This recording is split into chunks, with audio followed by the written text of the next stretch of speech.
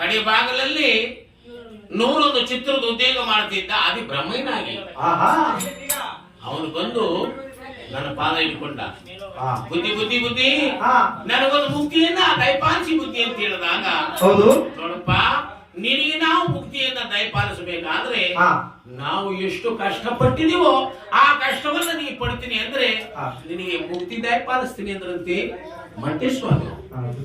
ಆ ಕಷ್ಟ ಎಲ್ಲಿ ಪಡ್ಬೇಕು ಹೇಳಿ ಬುದ್ಧಿ ನಿಮ್ ಪಾದ. ಆ ಕಷ್ಟ ಎಲ್ಲಿ ಪಡ್ಬೇಕು ಅಂತ ಕೇಳ್ತೀಯಪ್ಪ ಕಂದ. ಹೌದು, ನಿಲಿಗಟ್ಟದೊಳಗೆ ಹಣ್ಣೋಜಿ ಮಗನಾಗ್ತಕ್ಕಂಥ ಬಾಚಿ ಬಸವಚಾರಿ ಮಡದಿ ಶರಣಿಯಾದ ಮುದ್ದೋಜಿ. 6 ಜನ ಗಂಡು ಮಕ್ಕಳು ಹುಟ್ಟಿ ಹಾಳಾಗಿತ್ತು ನಿಲಿಗಟ್ಟ.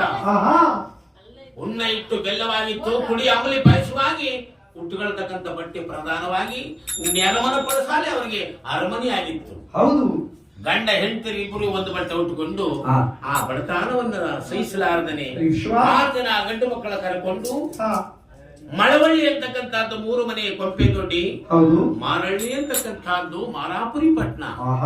ಆ ಮಾರಾಪುರಿ ಪಟ್ಟಣಕ್ಕೆ ಸೇರೋಕಲಾಗಿ ಹೋದ ಮೇಲೆ ನರಮನಸ್ಸನ ಹೊಟ್ಟೆ ಒಳಗೆ ನರಮನಸ್ಸು ಹುಟ್ಟಬೇಕಾದ್ರೆ ನಾವು ಮಾಸ 9 ತಿಂಗಳು ಬೇಕು. ಆ ಕಂದ 9 ರಾತ್ರಿ 9 ಹಗಲಿಗೆ ಜನನವಾಗಿದ್ದಾನೆ. ಆ ಭಾಗ್ಯವುಳ್ಳ ಕೆಂಪಚಾರಿ ಆ ಮಗ ಹುಟ್ಟಿದ ಮೇಲೆ ಮಾರಳ್ಳಿ ಗ್ರಾಮದಲ್ಲಿ ಮಗ ಹುಟ್ಟಿದ ಮೇಲೆ ಸಿರಿ ಸಂಪತ್ತು ಐಶ್ವರ್ಯದಲ್ಲಿ ಬಾಳ್ತಿದ್ದಾಳೆ ಶರಣಿಯಾದ ಮುದ್ದಮ್ಮ. ಮಗನು ಹುಟ್ಟಿದ ಮೇಲೆ